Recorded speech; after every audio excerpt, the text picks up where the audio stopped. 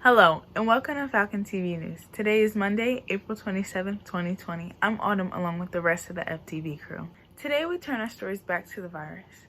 Many of us thought a straightforward illness has blossomed into presenting itself to be a bit more involved with this story. We head over to Rachel and Jessica for that. 1 month ago, when the country went into lockdown to prepare for the first wave of the coronavirus cases, many doctors felt confident that they knew what they were dealing with. Based on early reports, COVID-19 appeared to be a standard variety respiratory virus, albeit a contagious and lethal one with no vaccines and no treatment. They've since seen how COVID-19 attacks not only the lungs but also the kidneys, heart, intestines, liver, and brain. Increasingly, doctors are also reporting bizarre, unsettling cases that don't seem to follow any of the textbooks they've been trained on. Doctors describe patients with startlingly low oxygen levels so low that they would normally be unconscious or near death, talking and swiping on their phones. A symptomatic pregnant woman suddenly in cardiac arrest. Patients who by all conventional measures seem to have mild disease deteriorating within minutes and dying at home. With no clear patterns in terms of age or chronic conditions, some scientists hypothesize at least some of these abnormalities may be explained by severe changes in patients' blood. The concern is so acute, some doctor groups have raised the controversial possibility of giving preventive blood thinners to everyone with COVID-19, even those well enough to endure their illness at home.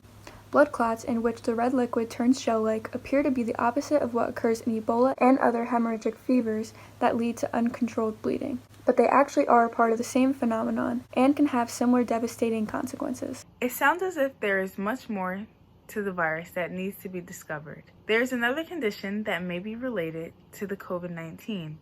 Jackson has more. A dermatologist is looking at a link between an inflammatory reaction of the toes and COVID-19.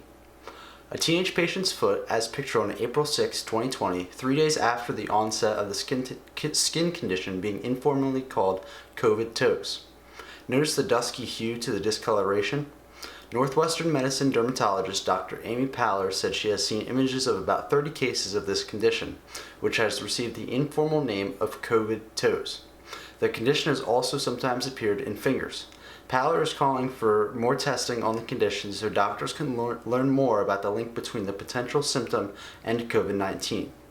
We don't know for sure if it's related to COVID-19, but when it's so common right now during a pandemic and is occurring in otherwise asymptomatic or mildly affected patients, it seems too much of a coincidence not to be a manifestation of the virus for patients in their teens and 20s, Paller said.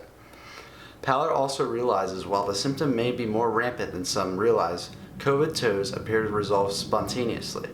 She believes antibody testing could help draw a link between the virus and the skin condition in otherwise healthy children. Thank you, Jackson. It appears doctors and scientists will need to do a little more studying on this outbreak. People need to be aware of anything odd that may come up. There are a possibility of many factors involved with the COVID-19. Moving from COVID to compassion, we head over to Jessica. When a small local grocery store in Ontario caught someone stealing, they decided to offer help. A Twitter user said he witnessed a man stealing at a grocery store. Instead of calling the police, the owner of the store gave the stranger bags of free food.